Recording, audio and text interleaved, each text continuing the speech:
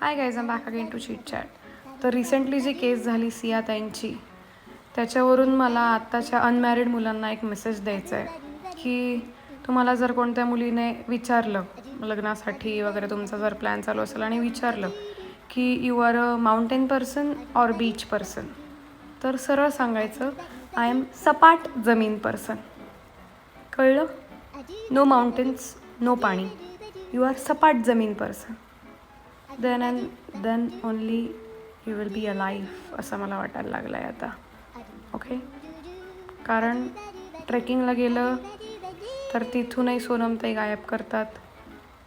नंतर परत दुसऱ्यांदाही ट्रेकला गेलं तर तिथूनही ढकलण्यात येतं.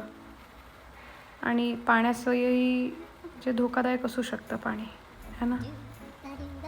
तर यू आर बेसिकली अ सपाट जमीन पर्सन असं सांगायचं. ओके.